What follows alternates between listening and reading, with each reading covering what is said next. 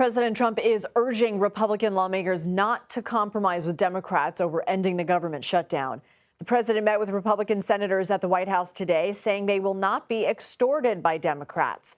He wants the government to be funded before any budget negotiations, while Democrats continue to hold out for extended Affordable Care Act subsidies. After the meeting, Senate Majority Leader John Thune said he expects another vote Wednesday. So I think the president is prepared to sit down and have conversations with the Democrats, but he knows that before that can happen, we've got to have 5 Democrats who have a little backbone and a willingness to take on their leadership and do the right thing for the country. CBS News senior White House correspondent Weijia Jiang joins us now for more. Weijia, what else came out of this meeting?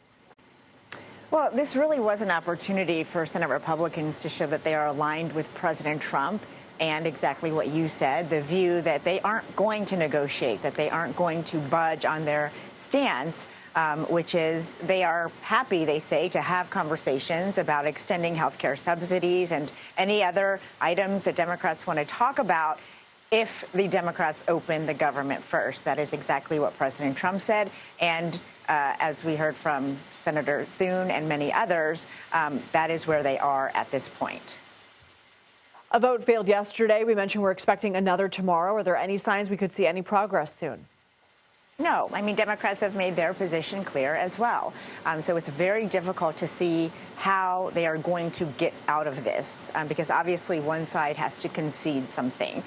President Trump mentioned just a short time ago in the Oval Office that he will not even speak to Senate Democrats until the government is open. So there's no hope of him brokering some sort of deal. But again, Republicans say there's no deal to broker. There is nothing to negotiate because they believe that, this is a very simple solution for the Democrats to just vote on a clean resolution to reopen the government, and all those discussions can happen afterward. But Democrats aren't satisfied with that because they want to see those conversations about health care happen first, so they have reassurances that there will be extensions. So, Lindsay, there's really no sense of how long this could go on. It's already, of course, been 3 weeks. Weijia Jiang, thank you. For more on the effects of the shutdown, let's bring in CBS News congressional correspondent Nikole Killion. Nikole, federal workers may be without paychecks at the end of the week. What other effects are we seeing?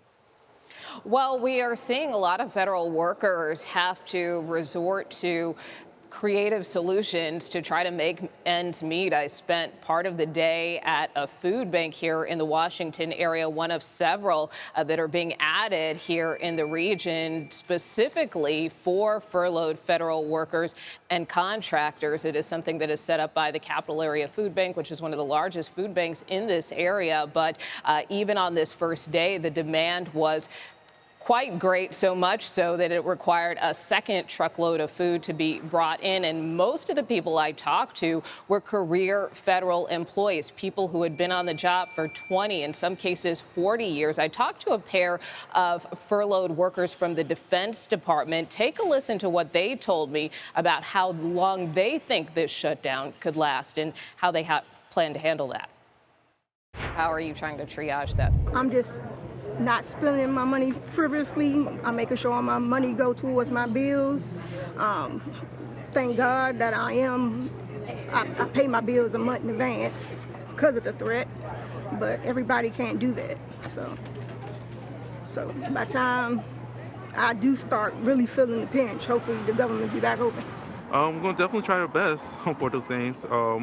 Hopefully, I have tried to put some things in place. Keeping myself busy, keeping myself occupied, and still being on the lookout. But we can only hope to see what will happen.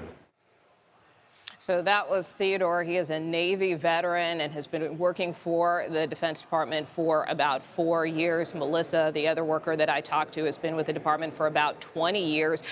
Both of them told me that they think this shutdown is going to last for some time, potentially through Thanksgiving or the holidays.